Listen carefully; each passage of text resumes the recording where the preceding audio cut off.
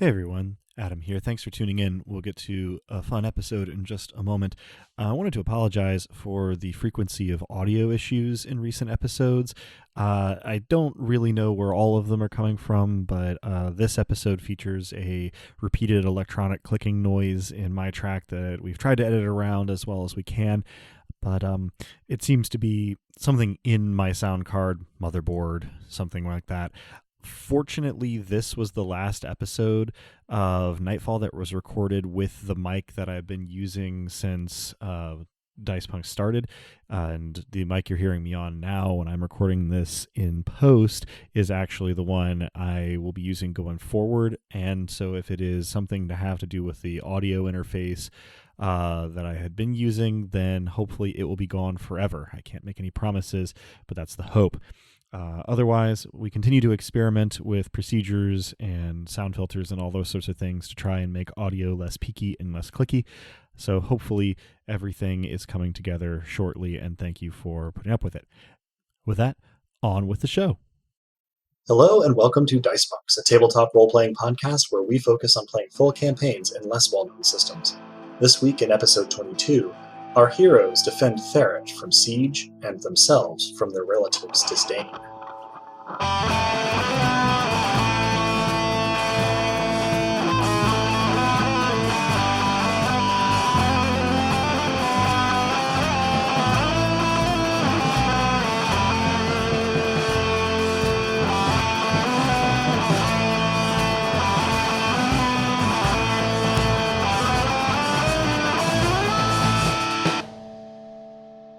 Hello and welcome. I'm Adam, your friendly neighborhood game master, and joining me are... Hello, I'm Drew, and I'll be playing Dosktyr, Regal of Nothing, who promises everything and will deliver something in between. I'm Robin, and I'll be playing Lyssa, Duchess of Fury. I'm Romnet, and I'll be playing the Prophet of the Obsidian God. No, really, the real prophet. Thank you. Thank you very much for those introductions. So let's, before we get started, have Des, you can roll for your bonus experience. Yep, let me get my dice. That is 6. That is a pair of 8s. Wunderbar. Which for all of our non-German speakers means wonderful. Ah. For all of our non-German speakers means wunderbar. More or less. All right, so Romnet gets a mortal experience point. Is anybody spending any experience this time, do we think? Yes, let me get to opening my character sheet like I should have done a few minutes ago. That's all right. I knew I needed 5 XP for a thing, and I think the only thing that you really need 5 XP for is a master die. Right? Going from an expert die to a master die is indeed yes. 5 XP. Going from 4 to 5 in the particular skill. Yeah, but the only thing I have 4 in is lore, and having 6 dice in that pool is already pretty chill. So I think what I had intended to do, since I didn't leave myself a note last time, more for me, was to go from an expert die to a master die in Counterspell. Oh, most excellent. So you will then be quite adept at counterspelling. It'll be 4 plus a master die for that one. Yep. Do either of us nobles have any counterspell at all? Because I have 0. Zip, zilch, nada. Yeah, but, do either of you have sorcery as a skill? No. Or do you just rely on the fact that you're miraculous? We lean on that pretty hard. I'm speaking only for myself. All right, so I think if there's no other XP expenditure going on this time, then the next step is for Lyssa to recap our last time for us. Your intro is on point as always, Hollyhock God, but my recap may not be, as something truly nightmarish and unspeakably dark happened last week. My Mima befriended the Tears. But I'm getting ahead of myself, aren't I? We went to check on the Big Them L stairs. Abruptly, shadows began to bubble from the well. You know, the normal fare in Fermata. I did my best to protect those around me, but we were quickly overtaken. Largely because the well wasn't exactly the source. The darkness was rising all over Fermata uniformly. Then it overtook us. Darkness, an absolute lack of sensation. I was enough in my mind to worry for Apatia, but then darkness seemed to cloud my mind too. After an eternity and an instant, the perfect darkness withdrew, and I felt great. Better than great. The shadow was a abrupt gift from Mott, but it came at two costs. First, it seemed to change everyone. Even I look a little different, though no less charming. Dosk's hair is just enviable. Anyway, we shortly learned that we were in the, shadow spa, for lack of a better phrase, for 30 days, which meant that we were late providing help to the tiers. After checking on our guest, who is without a permanent hangover, thankfully, and Apatia, we quickly left Fermata. Which leads us to that unsavory family reunion. Mima was her usual self, very excited until she discovered I was not, in fact, betrothed to Dosk. Suddenly regretting making that joke to begin with for multiple reasons, but she still tried. She gave me a compliment about my strength. Lack of creativity there. Anyway, it seems that the city of... Oh gosh, what's the name of the city? Therit. Okay. It seems that the city of Therit is under siege by strange creatures that are just setting up camp on the shores. They're slowly bankrupting themselves by shifting their trades away from the shore. There was a lot of talk of politics, and frankly, I was a little distracted by the untimely family reunion. But before things could get too uncomfortable, we received word that our friends aboard the Swift of Ferret had returned.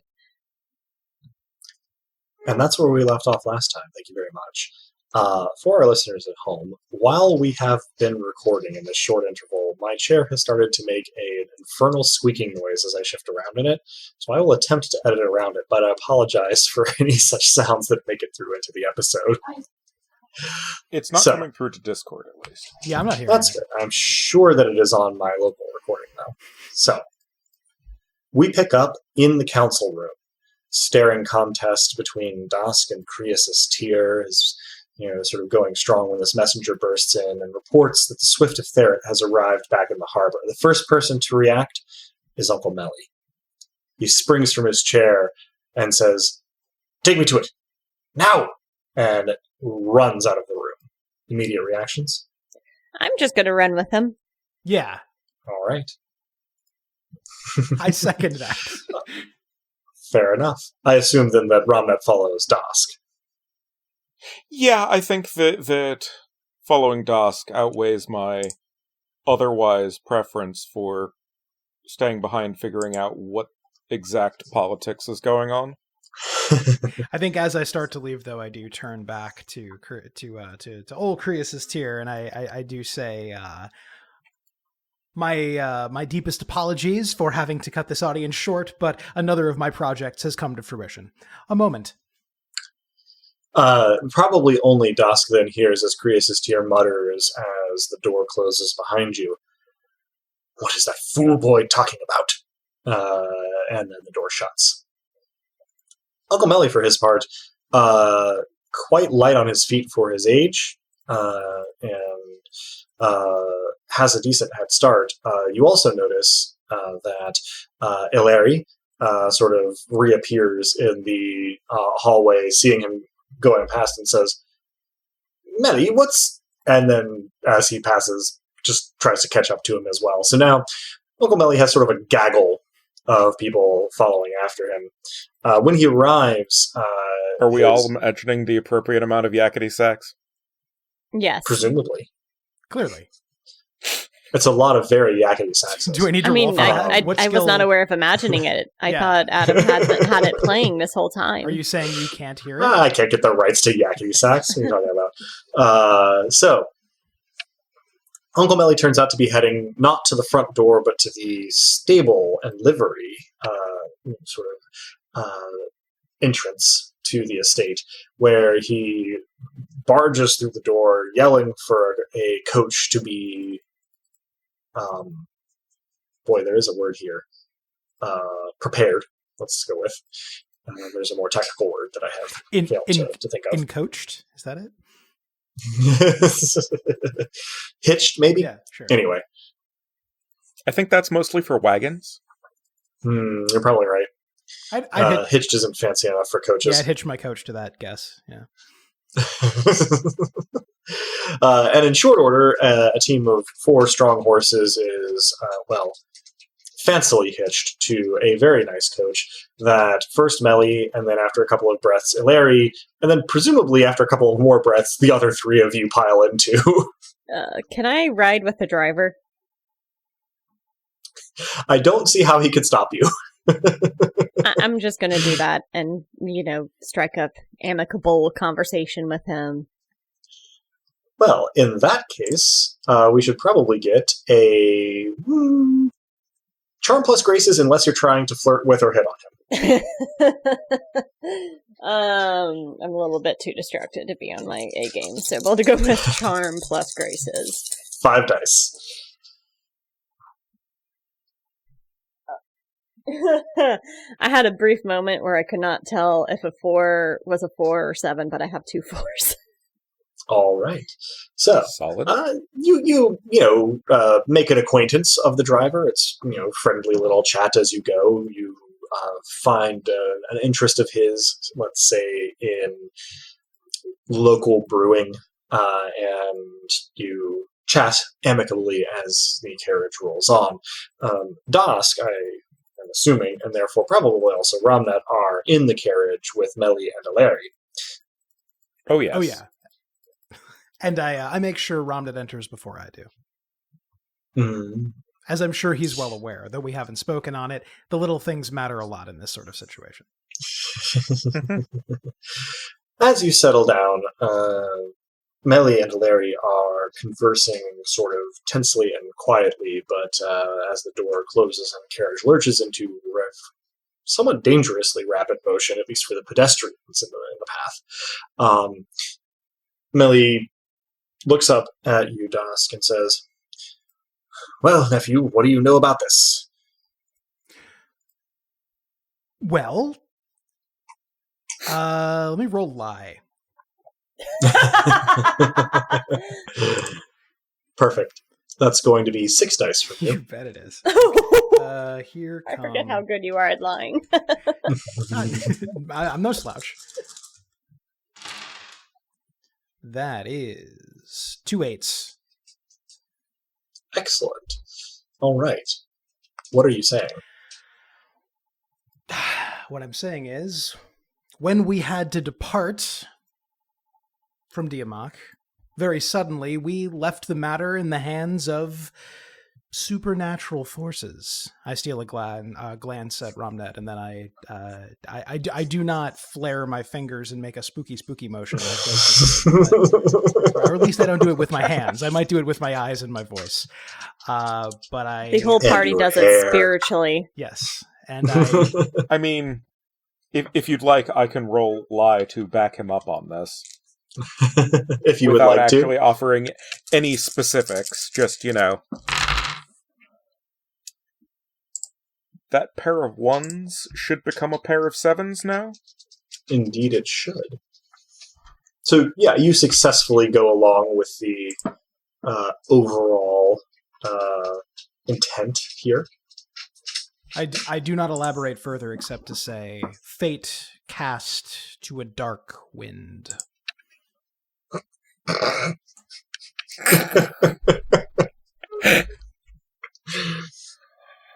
Oh, Dask. Uncle Melly spins about a breath and a half just kind of looking at you somewhat flatly, and then turns to Ilari and say, "Do you see what I mean? And she nods solemnly. Uncle Lily turns back to you with a sigh and says, "What are the chances that the original captain and crew are on that ship with a hold full of exotic goods?" Better than bad, those chances. What else we might find, I cannot necessarily speak to. He seems torn between relief and annoyance. But he lapses into silence. It's probably the best I can hope for here.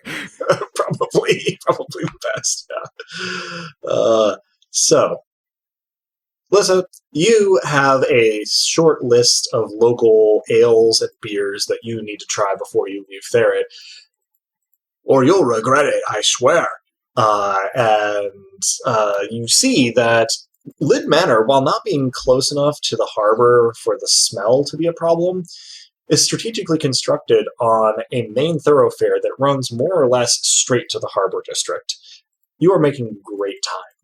And, I have a hankering to make Lissa roll for this. Oh, no. Was that just no? I said, oh, no. Okay. Would have been better if it had been no. Yeah, it would have been better. I still have to pull that out of my pocket at some point, but I'm too nice a person. It would certainly have been very, very funny. I'm going to hate you for this, but roll sense plus sight 2 dice. I knew it! I should have said no! It's not my fault you put a total of 3 points into sense skills. Look, I wanted a character with himbo energy. Mm-hmm. And you succeeded marvelously. I got A pair of ones. Excellent. I yelled it again, so I was not peeking.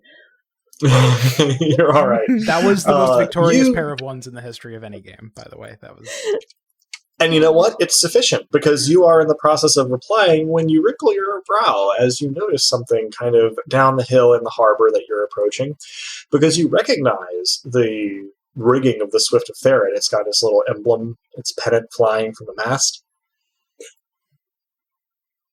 But next to it, on either side of it, you see entirely unfamiliar rigging. In fact, rigging that does not look like any other rigging in the harbor.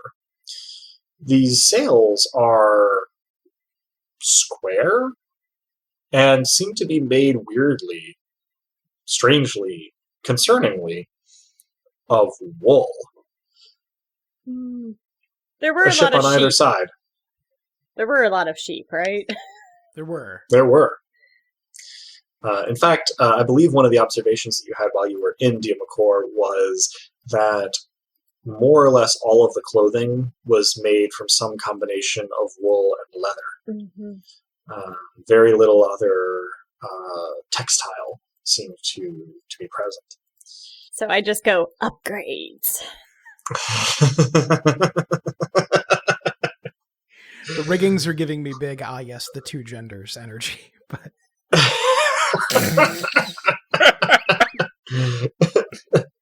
Sure enough, as the carriage rounds the last bend on the way to the harbor, there is the Swift of Therrit, looking a little bedraggled, but whole and seemingly fully crewed, between two ships, smaller ones, oddly constructed ones, made of a darker kind of wood, with these large, anomalously heavy woolen sails. And there is a reason why wool is not the material of choice for sails in Taraxis, but they are entirely unlike the other ships in the harbor. Meanwhile, inside the carriage, Melly and Larry have been holding a quiet, murmured conference, seemingly about unrelated matters, leaving Dosk and Ramnut more or less to their own devices. Anything in particular you are doing or discussing? Eavesdropping. All right. So go ahead and roll for me a sense plus hearing, which is 5 dice. That is 3 10s. Most impressive. They are discussing somebody named Rowena. and the confusing messages that Ilari has received from her recently. They don't know what to make of them.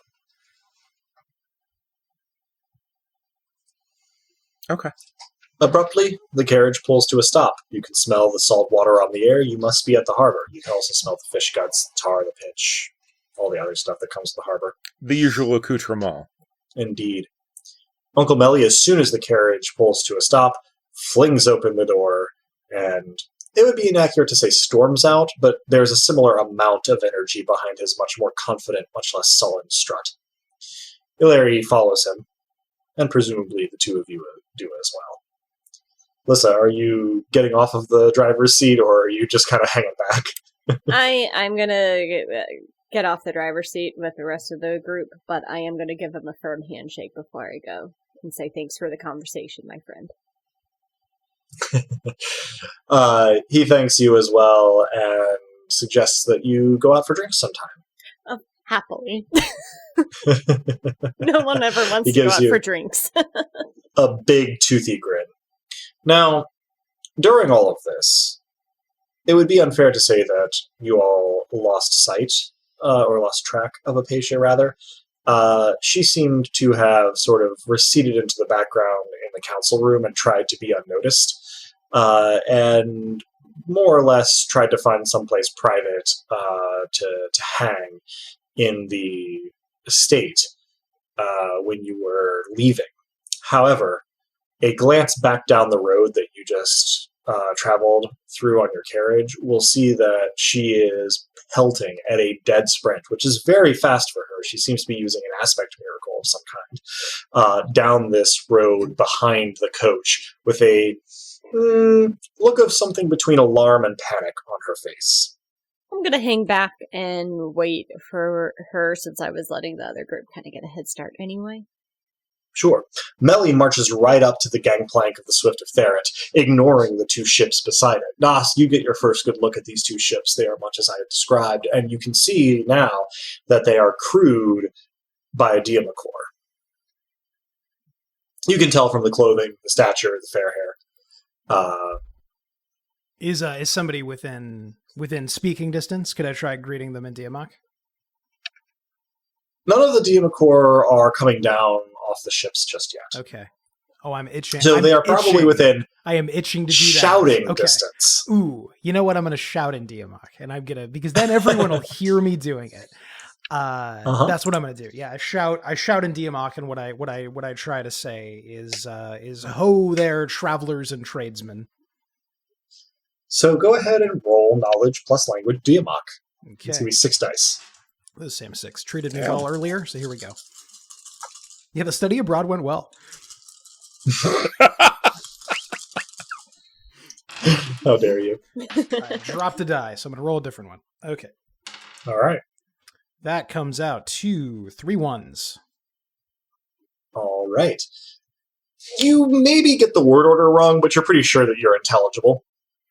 And a couple of the Diamok sailors? Well, the Diamok, anyway, are, sort of look up from what they're doing and look down at you, and 1 or 2 seem to recognize you and give you a little wave. The others look confused. In the meantime, Captain has come down the gangplank, accompanied by her first mate and somebody that you are very surprised to see. It takes you a moment. You're like, at first you recognize, and then you place. Walking next to the captain is Imbi, the little girl from the encounter with the cat beast, whose mother was trying to fight it when she turned into a wolf beast. She looks... well, her bearing is different. And in fact, after a moment, you realize she's a nobilis. She has quite a bright spiritual aura around her, in fact. Just shy of Apatia's. Apatia, for her part, zooms up, skids to a stop, and more or less just stands still, staring wide-eyed Indy as they come down the gangplank. Uncle Melly is already at the base of the gangplank waiting for Captain to arrive at the bottom. Where are we moving in this very moment? I'm just gonna go hug all their arrivals. I may shout something like, "NB, welcome to the club," and then remember that she can't speak my language. But hope that my wide arm gesture and big toothy grin relays the excitement at seeing her and Captain again. Dosk? I'm still close to the party that's greeting. I think someone needs to go check on what Apatia is so concerned about, though I have my suspicions. But before I turn to her, I whisper to Uncle Melly I want to teach him a Diamok greeting, since he's about to be the tip of the spear, as it were, diplomatically speaking. Yeah, you teach him the word for something like "welcome to our place." Romnat, anything in particular? Since I have no idea what's going on, no. Fair enough. In response to Lissa's greeting, Imbi gives you an extremely formal bow with a very small smile playing around her lips. For the listener, if you don't remember, Imbi is around 6 years old. A relatively small Diamok child. Captain gets a sour look on her face when she sees you, though, this seems like a relatively fond reaction from her compared to your interactions with her on the ship. And she says, "Oh, it's you. Well, thank you for your help returning to Taraxis." And Uncle Melly sort of gives her a small incline of the head, which is quite a big honor coming from, a sort of prime head of family to a ship's captain. And she gives a sweeping bow. Imbi, for her part, stands very impassive and still, and Uncle Melly turns to her and gives her the welcome that Dosk taught him. And Captain says, "Well, minimal thanks to these buffoons, we did make it back. As you can see, we had to help the locals construct their own ships," pointing to either ship on either side, "but they took to it like fish to water. Amazing engineers, as some of what we have on board I'm sure will show you." Uncle Melly almost melts in relief. I mean, to anybody but Dosk, his posture doesn't change at all. But Dosk, you can see just like tension flowing out of him in waves. This is the equivalent of anybody else doing like a dance for joy. Ilari, for her part, looks absolutely mystified, but is trying to keep a lid on it. Apatia is standing stone still, staring in what looks like open horror at Imbi. If this were an anime, I would be moving sideways without moving at all. The cell that is me would just be moving, and I would whisper. This is not an anime, so that's not literally what's happening, but that's the energy. And I say to Rom that these ships are from the far shores we reached, and that's probably not enough information. But I move on to see what's going on with Apatia.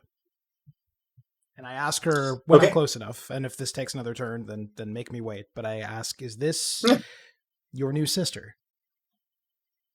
She nods, and she says, "It is. She's wonderful, but this is monstrous." And she starts to cry relatively quietly. Uncle Melly is talking to Captain about what they have in their hold, and his demeanor is brightening by leaps and bounds as they speak. In the meantime, the Diamacor on the other two ships have started to put the gangplanks down, and sort of their sailors are mostly still staying on the ships, but their captains seem to be coming down to sort of like wait in the periphery to maybe speak to someone. And Dosk, you're probably the only one that can notice this, but to your relatively trained eye, These ships are laden with cargo. They're sitting low enough in the water for their size that they are probably full holds.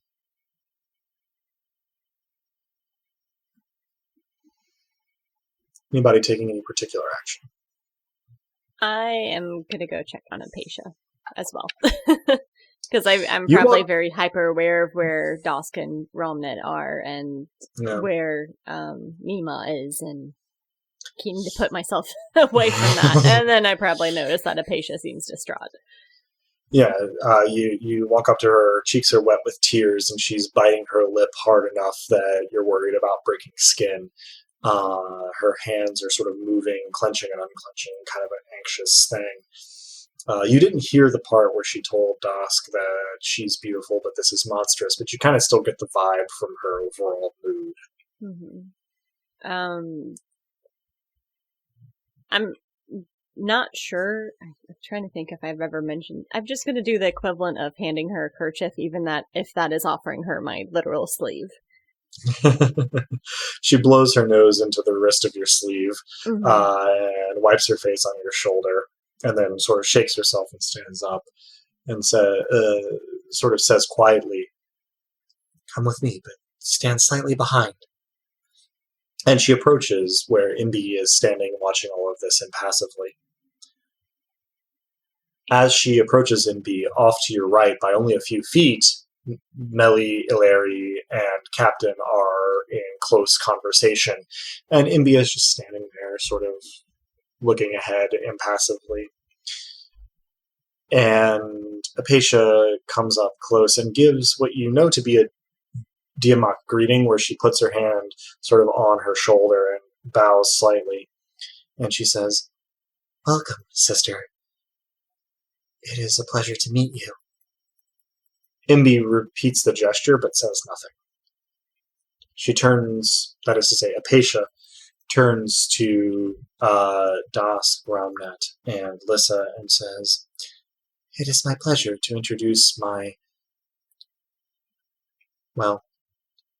sister in my Familia Caelestis, Nyx's second noble, Imbi, the Lady of Silence." Imbi inclines her head gracefully and says nothing. Silence? And Apatia says very flatly, "Silence." And Imbi nods her head once. I look at NB and I ask, "Did you want this?" Imbi cocks her head to one side, raising an eyebrow and looking confused, but says nothing.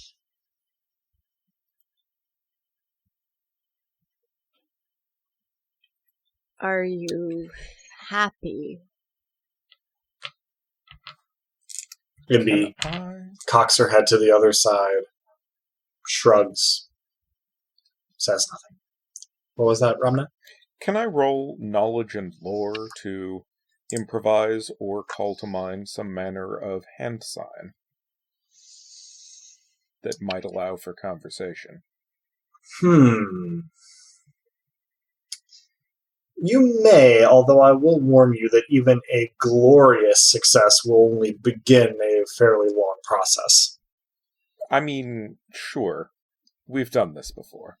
Indeed. 6 dice. Yep. So how is 4 sevens? Quite good, in fact. What are you attempting to what, if anything, are you attempting to sort of communicate initially? I am attempting to establish that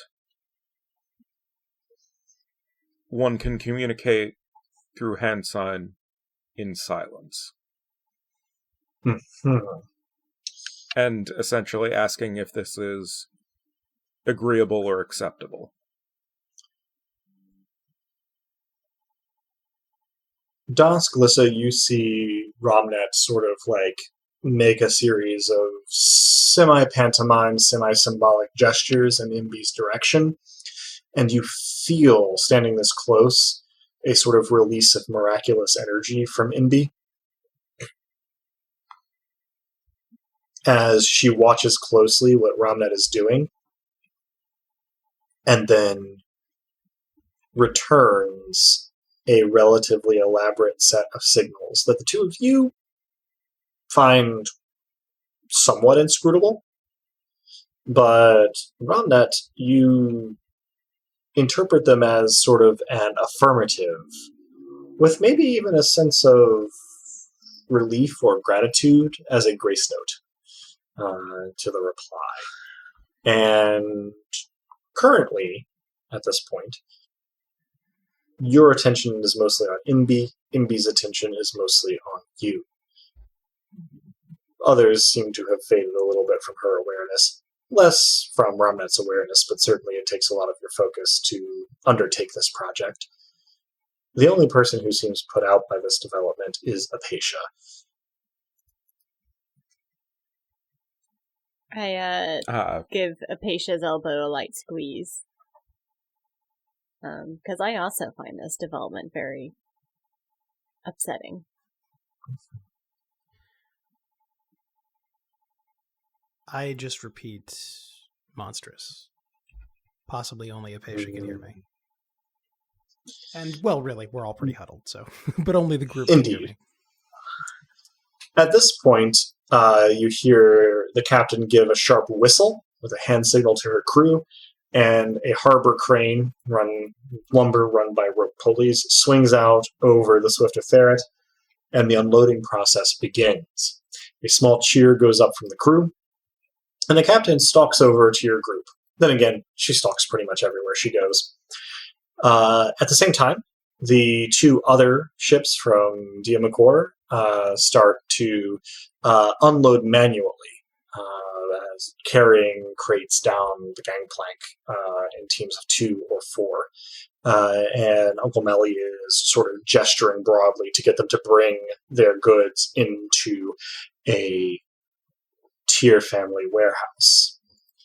He doesn't seem to be aware of the fact that he is grinning madly, and Ilari is sort of looking at him from kind of behind and to one side with a look of sort of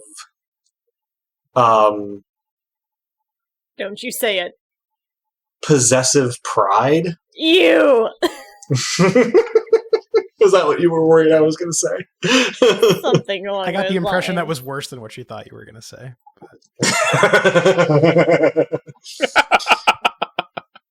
Why, Drew, you flatter me. I know it will win me no mercy, so don't worry there. I step away from the group and I do not interrupt Uncle Melly's reverie, but I do say a dark wind and a bright result. This is directed at Uncle Melly? The idea would be that only he can hear it. Yeah, that's if it were again. I don't know why I'm a cartoon in my own head this day, but it's as though my face is pressed against the back of his head, right? Like only he. This is for him. Well then, okay, Jafar. Sir, flatter me. Without turning towards you or breaking his sort of stream of enthusiastic hand signals, he says, "Well, nephew, in spite of everything, you seem to have outdone yourself.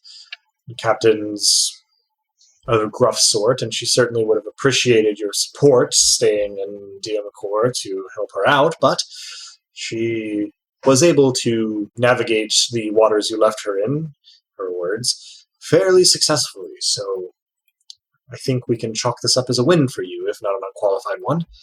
And, well, it pains me to say it, but..."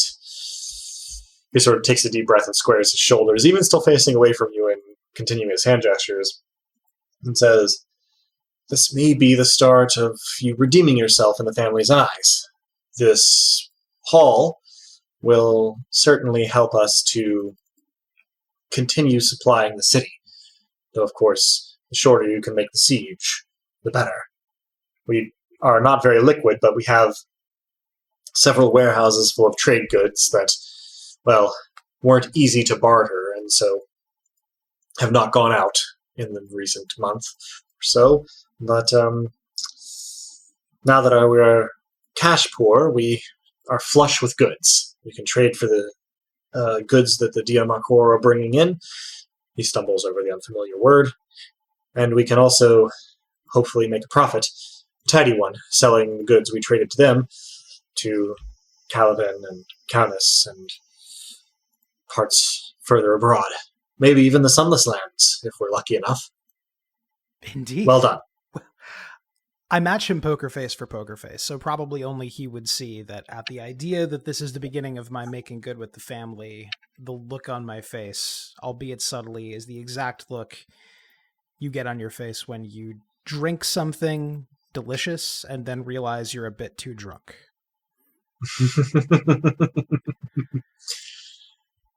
But I thank him graciously, and I step back to the group. Okay. Unless you were saying he does something else, such as stab me. He does not stab you. Okay. That would be not his style, really. Yeah. Not his style, that's true. But have somebody else stab you. He would. He gives a slow nod, and you need to actually, I was going to say a thing, but let's have you roll for it. Okay. Oh boy, your sense plus hearing is just 2 dice. Go for it. You dirty you. All right, here we go. You can do it. I believe in you. You're the one who didn't put any skills in sense. Am I too distracted to hear this? It is purposefully pitched for only Dosk to hear it. You can roll, but do know that it will be a high difficulty. Oh, sure. For the record, to add to the suspense, no matches over here. Surprising no one. All right. Pair of 9s. Not sure if that's broad enough. Okay. For the reader at home, that was 5 dice from... Did I say reader? Listener at home. That is 5 dice from Romnet for sense plus hearing. Dear ear reader. And... Yeah. Dear ear reader. What the fuck? Dear reader, I did not marry my betrothed. In any case, Romnet, you think, you can't be 100% certain, perhaps, but you think that you heard Uncle Melly say, "Thank all the gods," in a genuine tone of relief. But he was very quiet. Okay. So, these ships are being unloaded. Apatia is standing back a little bit, regarding Imbi with a sense of open grief. Imbi is standing more or less impassively, but otherwise trying to sort of set up a system of communication with Romnet. Which I will absolutely continue for as long as needed. Yeah, she has moved off the gangplank, but you're still standing on the harbor.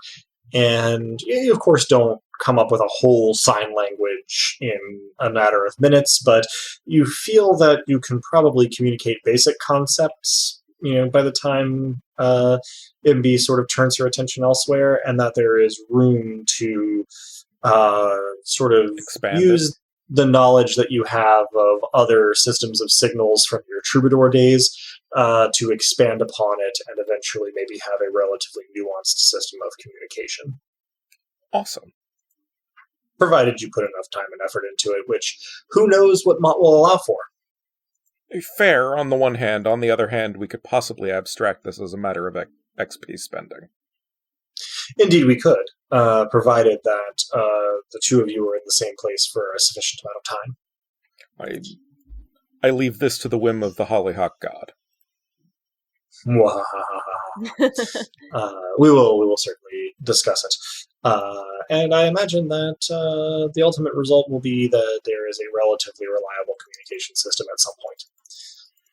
In the meantime, now that everything is being unloaded and Uncle Melly's nervous energy and sort of exuberance has been sort of invested into getting this process started, Captain kind of gives him a nod, and he gives her a gesture of officious assent, and he turns back to the carriage, motioning Ilari to join him, where she sort of is looking around at the harbor in not exactly amazement, but admiration. And they step back up into the coach. Point of order question? Yes. Is the captain's name actually really all and exactly Captain? Mm-hmm. Well, presumably she was born with a different one, but she has never provided any other name to anyone. We have never been As far permitted to as call her anybody anything here else. knows. That is for damn sure. Yeah. Okay, sure. It suits her. Well, we have, let's see, we have some noble business to attend to, and we have a siege to break. Just noble things. Just noble things. I'm gonna. Oh no, go for on, it. Sorry. Yeah, no, please. I'm gonna pull a ring off my finger that I was wearing on my pinky finger, kind of like one small one. And I'm gonna give Apatia a glance to kind of hope she picks up on my intent, because she told me to stand behind her. And hold it out to NB and say, I hope that we can be friends. You don't have to talk for us to be friends. Imbi looks curiously at the ring that you hold out. I'm assuming this is the one that you received from the young craftswoman in Tiamakor. Sure, I like the idea of that. It was the one that you had on your pinky because it wasn't big enough to, I fit forgot about anywhere that. Yeah. else. Yeah. And she sort of looks at it curiously, and then her expression does something seemingly kind of complicated and obscure, and she reaches out and takes it, looking at it sort of wonderingly, and puts it on her thumb, which is about the size differential between your pinky and hers, is that she has to sort of put it on a much larger digit. And she gives you a pretty solemn, pretty deep bow. And you almost miss it, but just the barest ghost of a smile. Oh, you don't have to bow, I reassure her. Friends don't bow to each other, they lift each other up. She cocks her head again, and in a way that you can only interpret as slightly sarcastic, gives you another but much slighter bow.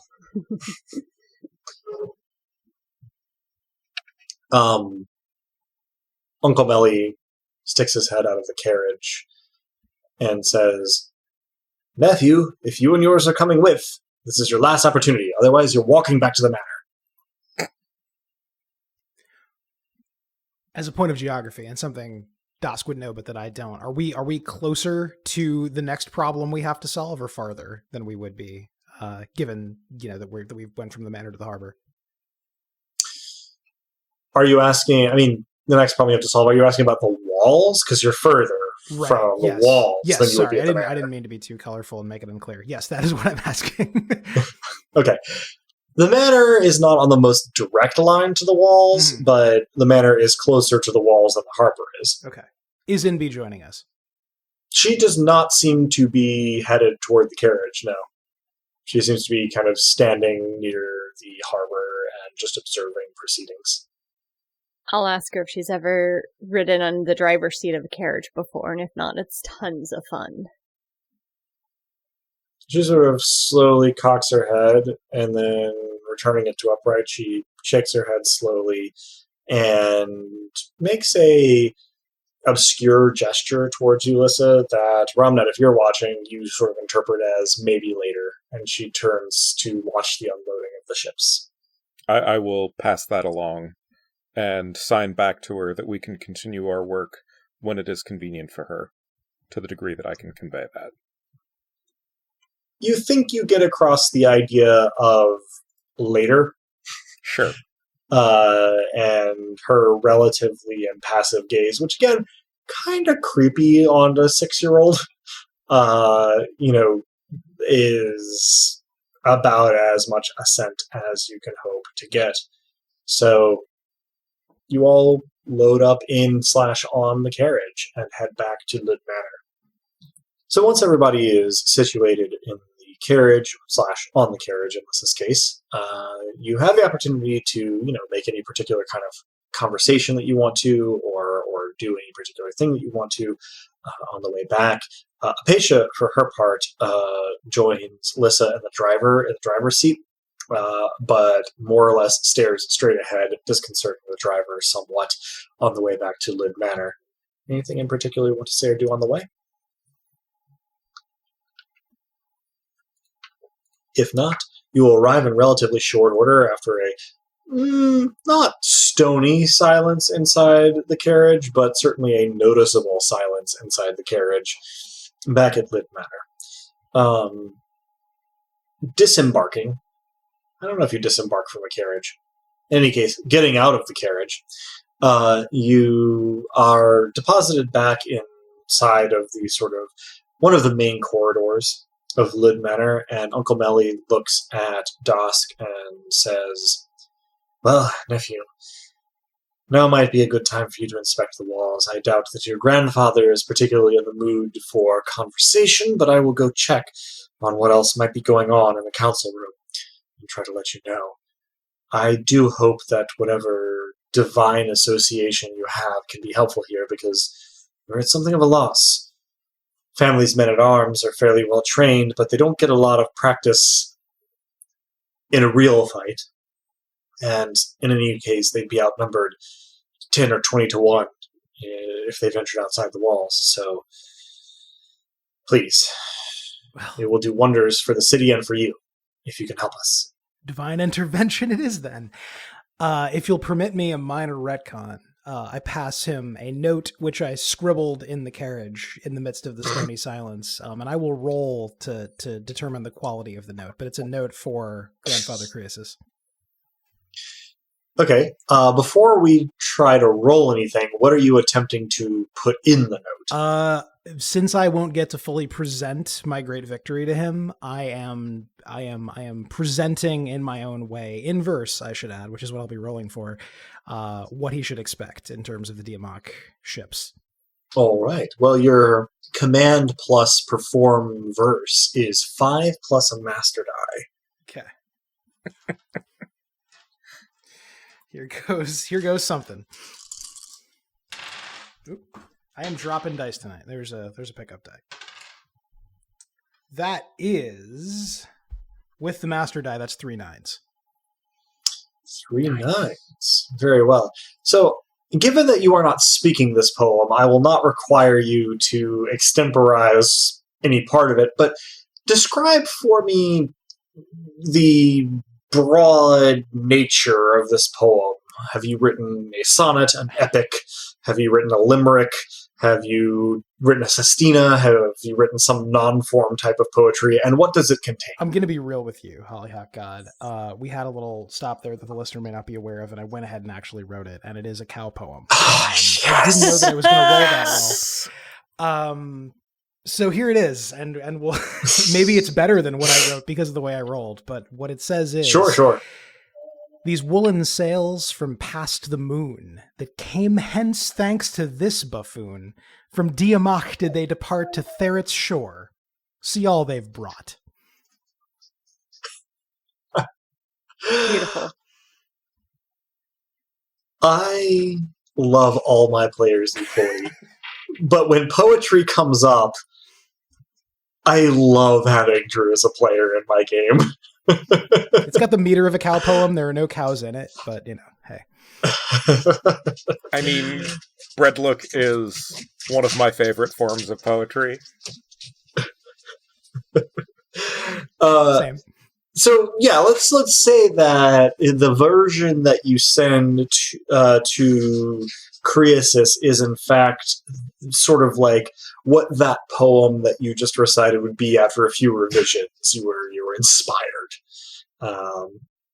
And you send it on with Uncle Melly, who gives you a concerned look, but says nothing, and takes the slip of paper and agrees to hand it to Croesus, and urges you to visit the walls. Hypatia makes herself ready to follow you wherever you go. The carriage driver sets about unharnessing the horses and getting them stable ready. I guess we're going to head to the walls then. Alright, so you take toward the walls on foot, presumably Dosk in the lead. The boulevard that you took up from the docks to Lud Manor continues on through the sort of merchant families district, and then you lead them off onto a smaller road that heads toward the walls, and a smaller road that heads away from the gatehouse, and simply to one of the broad sets of steps that leads up to the top of the walls. Now, I've described the walls of Theron in the past as being more for show than for defense, and it becomes pretty clear as you ascend them what this means. They are relatively tall, but relatively thin. They are made of a relatively plentiful local stone that can be quarried, but different families paid for different sections of the wall and designed the gatehouses, towers, stairs, crenellations, and walks differently. Some are rather more decorative than functional. Others are a little more functional, but still have things like, in the case of the stairway that you are walking up, a broad marble staircase up to the top of the wall. They at least had the good sense to make it parallel to the direction of the wall and not perpendicular to it, but it is not really meant for a stern defense of the city, so much as an expensive civic project that demarcates the city proper from its outskirts. Those outskirts are currently, being trampled into the mud. The besieging army does not come all the way up to the foot of the walls. It stays out of arrow shot. But now that you have ascended the walls, you have a much better view of the army outside. It is probably getting on to late afternoon by this time, as you did not arrive first thing in the morning. But there's still plenty of light to see. And as you look out, this massive army curving from the coast all the way until you lose sight of them behind where the walls curve from going west to east to going north to south, you are looking at a large mass of what might best be described as creatures. It's hard in the encampment that you look out on to see individuals if they aren't moving or separated from the mass, but it's not like they have tents. It's not like they have carts or horses. Barely any campfires. Instead, you just see teeming masses of bodies, ranging from, let's say, the size of a large dog to the size of 3 men sitting on each other's shoulders. There are also some decidedly non-bipedal arrangements. Some quadrupeds, some, what would you call them, septipeds? Sextipeds? 6 legs. Hexapeds. Yeah. I thought you were going to say sextipeds, which might be something else. I don't know. Rar. There are some creatures that are tall and gangly enough that you think that the distance may be playing havoc with your sense of scale. But it's clear that not everything here is a familiar animal, much less a human. Interspersed throughout this large ringing encampment are large pavilions that seem to be made of woven together leaves. Those pavilions made of leaves are quite large compared to the various figures that you can see moving about, and it is unclear what they are for, other than perhaps concealing what goes on inside from the sight of defenders of the walls. What is clear is that if each of the creatures of any size that you can see moving around in the camp is a fighter of some kind, and if this density of figures continues all the way around the city, from the coast in the north all the way around to the coast south of the city, that you are easily looking at 100,000 battle-ready creatures, which is half to a third of the population of Ferret. Maybe even more. Do they look different through the sight? And is there an Octoritas in evidence? Excellent question. When you look at the camp through the sight, most of these creatures do not have an Octoritas. They don't look any different through the sight than they do to mortal eyes. However, every so often in the lines surrounding the city, you can see an Octoritas. Some of them are dimmer, some are brighter. None get quite as bright as Acacia. But every pavilion has an Octoritas visible inside it. The strongest Octoritases are in the pavilions. How many pavilions were there again? From where you're standing, you can probably see 15 or 20. If they are kept up with that frequency all the way around the city, Dosk, you would know that that probably means there are about 100. I convey this information and make clear which parts of it are merely educated guesses. I don't think they'd be willing to get drinks either. The number of drinks required might test even you.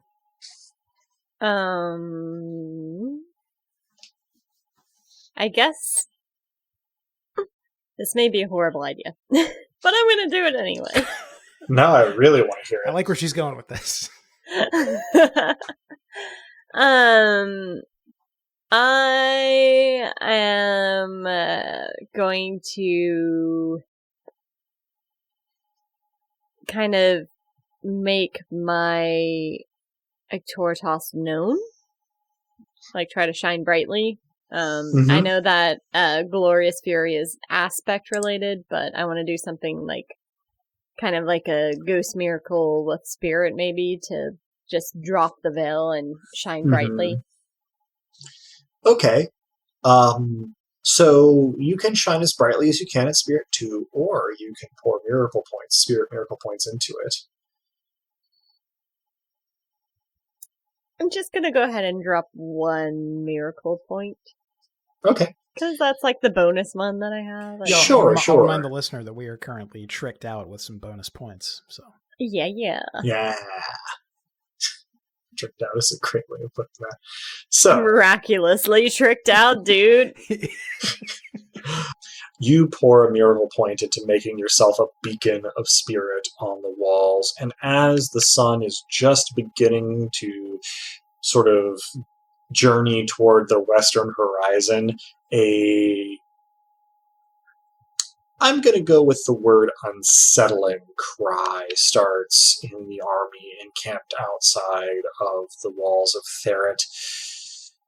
It starts off in the area directly facing you and is taken up by the rest of the army surrounding the city.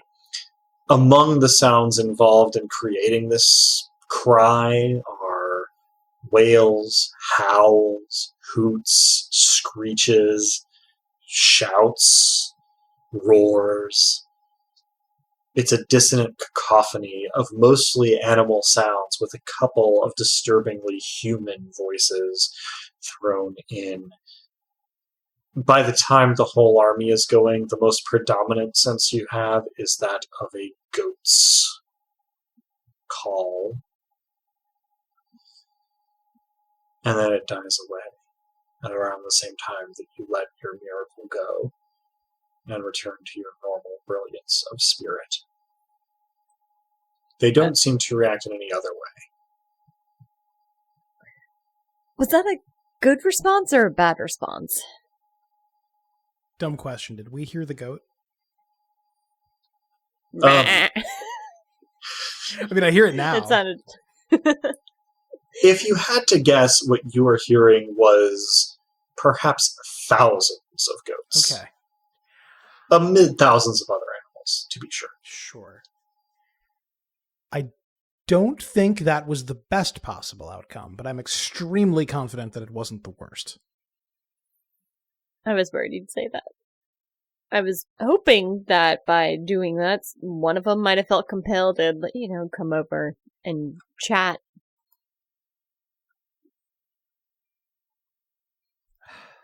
I'm just not sure we can détente with goats and other beasts of the field, which, to be clear, is not what we're dealing with, I'm sure. But what are we then dealing with?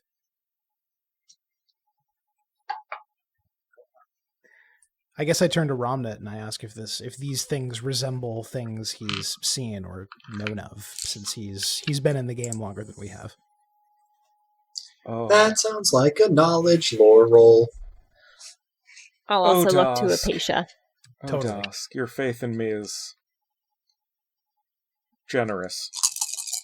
I don't know if that was out loud or not, but I think the message came through either way. I don't think it was out loud, but I did get a pair of 7s. Okay. Romnet, thanks to your traveling, sort of performing upbringing, you know an awful lot of fantastical stories, and you can't be sure of anything, but for whatever reason, looking at this army, hearing those sounds, they make you think of some of the more fantastical stories of Taraxan adventurers of old heading into the Shadowed Lands and encountering monsters that were part human, part animal. Among those were things like centaurs, the upper half of a man, the lower half of a horse. Satyrs, the upper half of a man, the lower half of a goat. And other more upsetting sort of combinations like manticores, gorgons, as well as animal combinations like griffins and hippogriffs. The stories you see tend to have a single adventurer facing any number of strange combinations of beast and beast, or beast and man, or beast and beast and beast, or beast and man and beast. And you get a strong vibe from this cacophony of that chimeric tradition. So what of man and beast and beast and man and beast and man? Do you summarize for the group there, Romnet? Or I summarize at least to the point of, so chimeras and the Shadowlands, and good luck to all of us.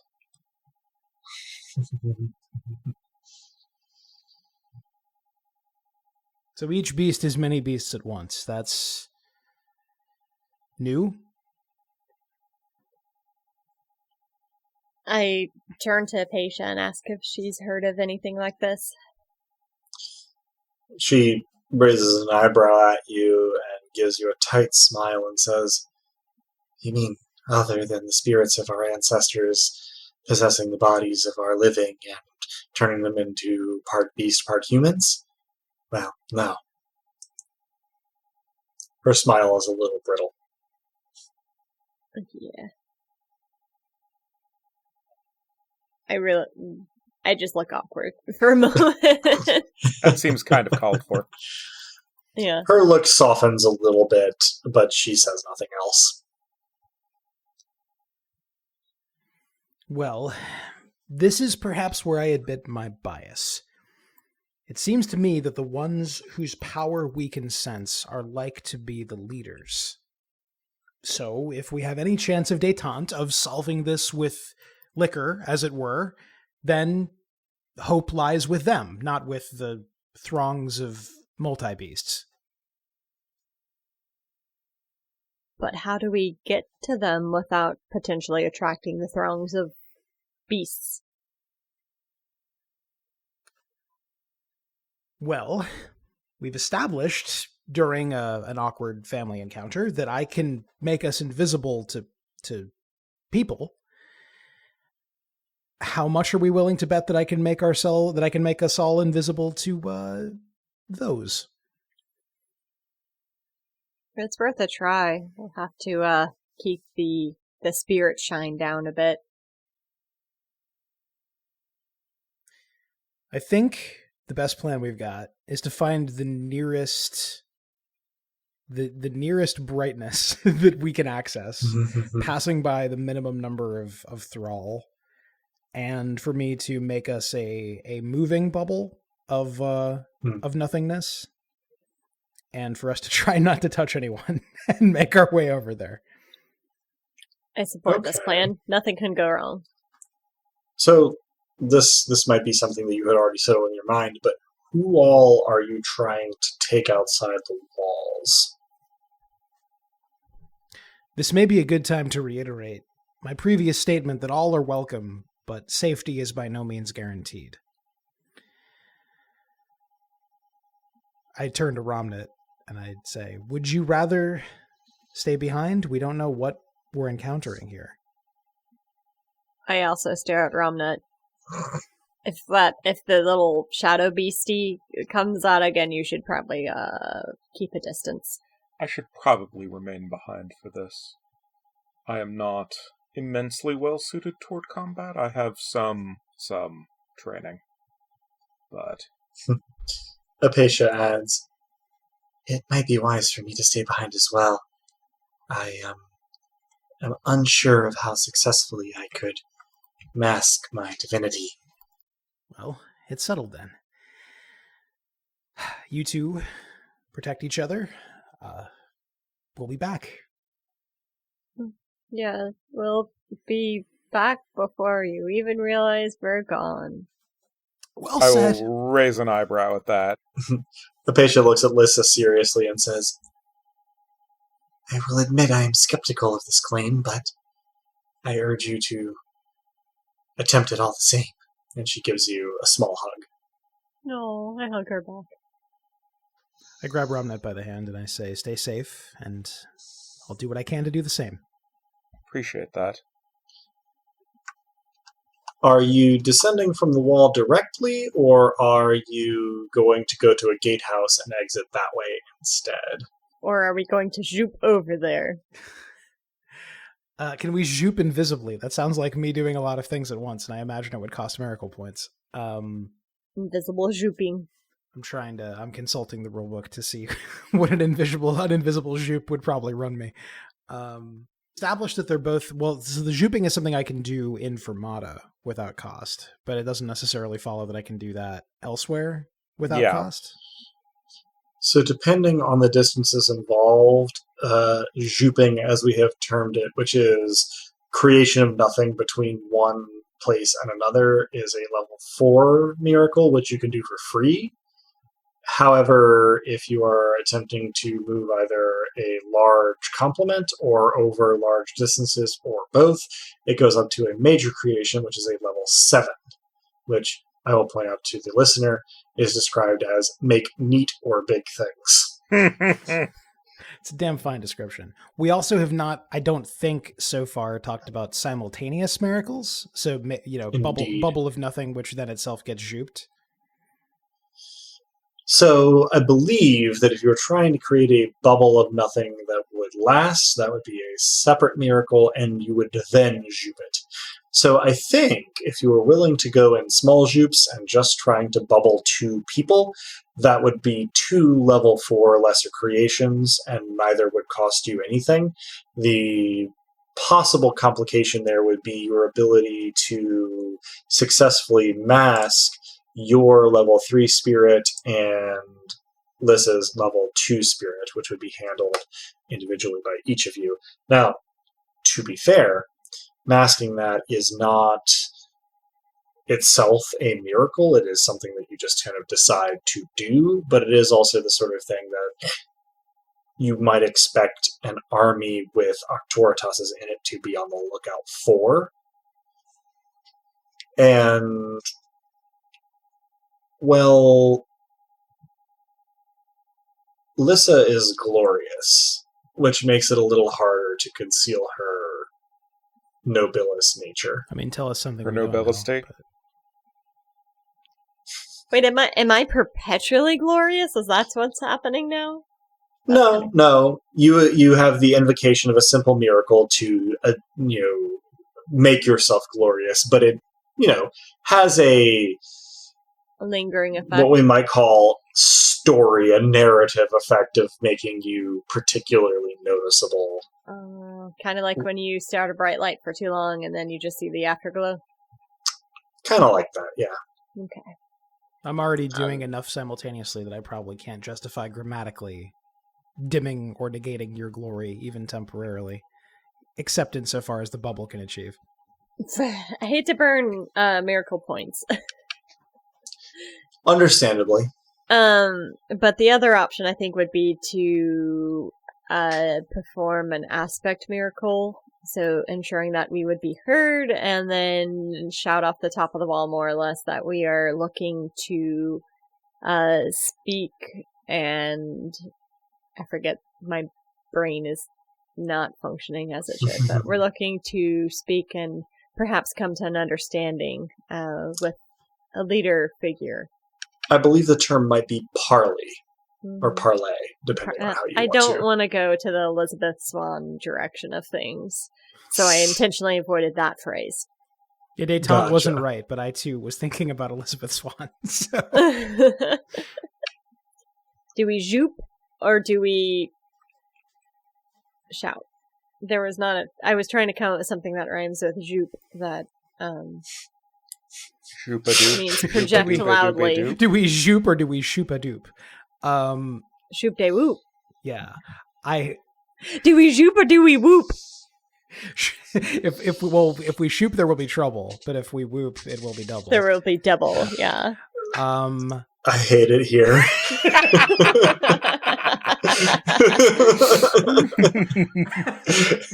That's a lie. I'm having a blast. Well, the danger in the shouting plan is we might gain the attention of things that definitely don't want to parlay. I say things, which is judgy, but until proven otherwise. I feel like we're judging these chimera, like, just because they happen to be multiple recognizable species doesn't mean that they're not willing to chat with us. It's true. We too contain multitudes. Well, I guess, yeah, so the question is stealth or non-stealth? That is the question. Whether 'tis nobler in mind. Or to suffer the slings and arrows of outrageous chimera. Yeah, I don't know. Oh, to take arms against the nobilis of sea and beasts and in them. Yeah, we met her. Yeah. Even when I'm in the episode, I'm a peanut gallery. I feel like you're right that stealth might be misconstrued, but I also feel like you tried sending out a friendly message, and the answer was that's true. Was a squall. It was unsuccessful. Yeah. So stealth is going to be the answer this time. We got to get to someone we can talk to. And then be prepared to zoop out. Smoke bomb. Pocket sand. Why did my mind go to Rigan Arataka from Mob Psycho just flinging salt at everything? You're not wrong. You're not wrong at all. That's not what I was picturing, but it is what I think we meant. Okay, so I think we're going to try a stealth zoop. Do we have a solution for your glory? And how to hide your light under a bushel? I think mechanically, as long as Liz is not doing anything else, she can, as you said, hide her light under a bushel. Okay. Yes. As long as that's all she's doing. And I put my glory under wraps for now. I will be that bushel. Oh. This is like a bad Christian rock radio song. I'll be your bushel. Thanks, I hate it.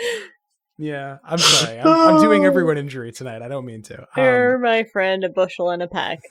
It is ultimately more or less okay. I mean, consider it revenge, at least on Adam, for, as the poet once said. That's true. Yeah, I owe you many licks for those. That's true. Yeah. Let me assure you that is a losing battle. So, Lissa hides her Octoritas as best she can. Dusk, you create a bubble of sort of audio-visual nothing around you and Lissa, and then you create nothing between you and a point on the ground outside the walls. You move to it. You create another nothing between you and a point just shy of the encroaching army, and you move to it. And then you sort of scan around, and you see a relatively bright Octoritas from a nearby pavilion, the closest one to the walls. You create a nothing between you and it, and you move to it. You find yourself inside one of these pavilions. And it takes you a moment to take in what you are seeing. Inside of this pavilion, the pavilion covers an area probably roughly the size of Lid Manor and its grounds. And there are a number of creatures, people moving around. You see goat-legged men. You see horse-bodied men. You see, well, goat-legged and horse-bodied women. But you also see some that have primate features, some that have snake features, one that has scorpion features. None of these have an Octoritas. You do see a mostly nude man that has a small Octoritas, and in front of him is the probably body of some kind of being. Maybe it's under construction as he is moving things around invisibly on the other side of it. But the body itself is the size of a small house. It has an undetermined number of legs and arms and seems very roughly kludged together. It seems as yet inanimate. The strongest Octoritas in the tent is coming from it.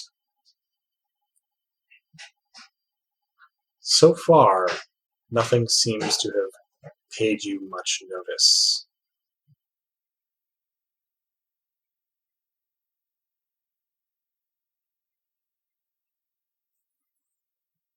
I'm focusing on just not being my glorious self, so...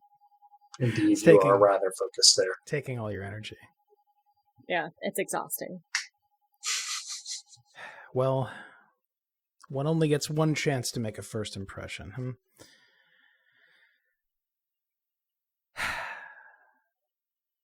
So things are relatively bustling in here. There are. It's not. We're not alone with the leader or leaders, as it were.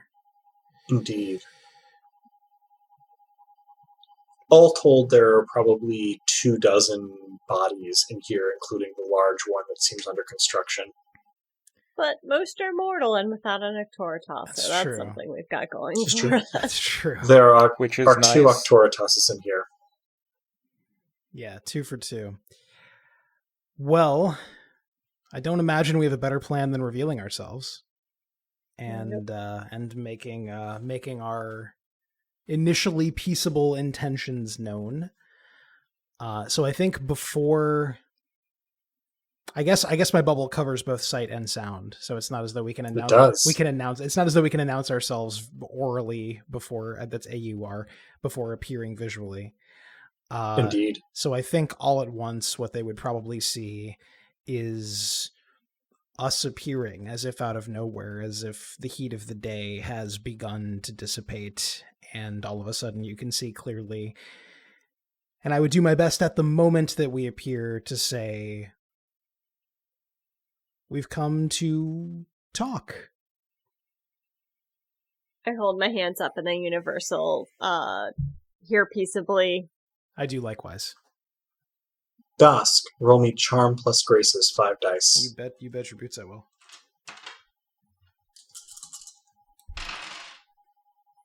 That is 2 6s. Which is 2 7s. Because Would you like to explain why? I wouldn't, because I'd rather hear you say it. Well, because the person saying it is a striking sad boy. Oh, yeah, that makes sense. Yes. Every head-like appendage whips around in your direction inside of this pavilion, except, of course, the one on the as-yet inert body under construction. But the one who speaks is the only barely clothed man with the weak Octoritas, who looks surprisingly calmly in the direction of the two of you, and says in heavily accented Taraxan, "Welcome. On behalf of Palaran, god of wilderness, shadow, verdure, and rot, have you come to surrender? And that is where we will end our session. Get to think about that question for a while, huh? Mm-hmm. Uh-huh. That is the answer goal, is no. The answer is no. What manner of no will we be proffering? That concludes this episode, this session of Dice Punks. Thanks for joining us. I hope our players and listeners enjoyed it as much as I did, and that you'll join us again next time. If you're hearing us now, then you probably know where to listen to this, but we can be found almost any place one can listen to podcasts, as well as on the wider web at dicepunks.com, and on Twitter as @dicepunks. With that, I think we're ready to say farewell. Say goodbye to the kind folks at home, players. Thanks for listening. First impression's a good thing, but scrambling afterwards, the chaos that ensues, underrated. Thanks for listening, everyone, and remember, don't judge a chimera by their beastly appendages. Thanks, everyone, for listening, and do remember that it's not always the only choice to go directly into battle. You can stay behind and politic instead. Indeed. Meet the in-laws. And as the poet once said, in times like these, I feel an animal deep inside, heel to haunch on bended knees.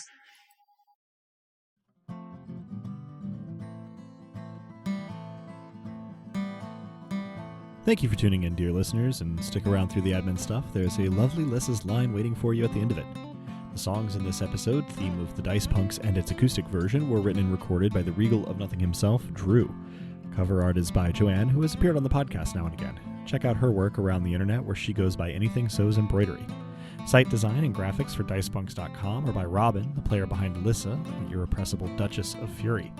Rain and the one-roll engine it runs on were created by Greg Stolze, whose work can be found in a lot of cool places, but you should probably start at gregstolze.com.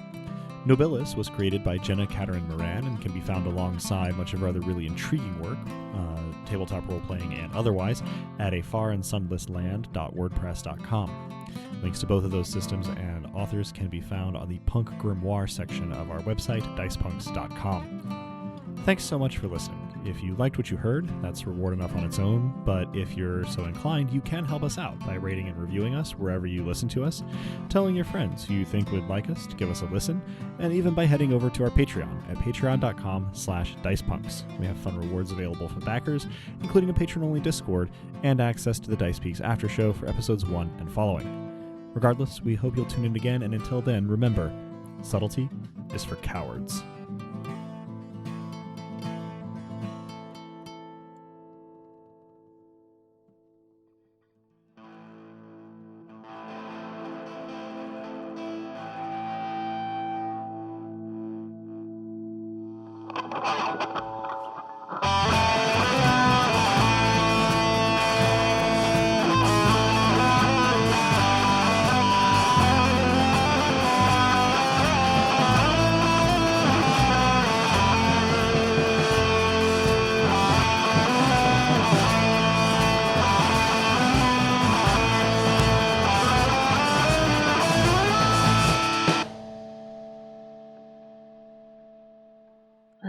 My home before Fermata, that now is not, was a humble community of craftsmen. Craftspeople. It was from them that I learned that materials come in families. Metal, wood, glass, stone, ceramics. Plying our trade often required us to specialize in the family that resonated with us, but dabble in the others enough to become familiar with them. And some families could be a cruel medium. I like to think that everyone's got a material family or two in them somewhere. Metals annealed into something harder by life. Wood, ever aspiring to grow but easily cut down. Those perfect girls of glass, beautiful to behold but just as likely to cut you when shattered. There are those who are blind to the differences in materials who would try to force a golden soul to be as delicate as glass. It takes a craftsperson to see those materials for what they are and accept them as such, which is why I found my home in that community. I've always had quite the discerning eye, you see, and touch for that sort of thing. Now, why don't you come here and let me discover what you're made of?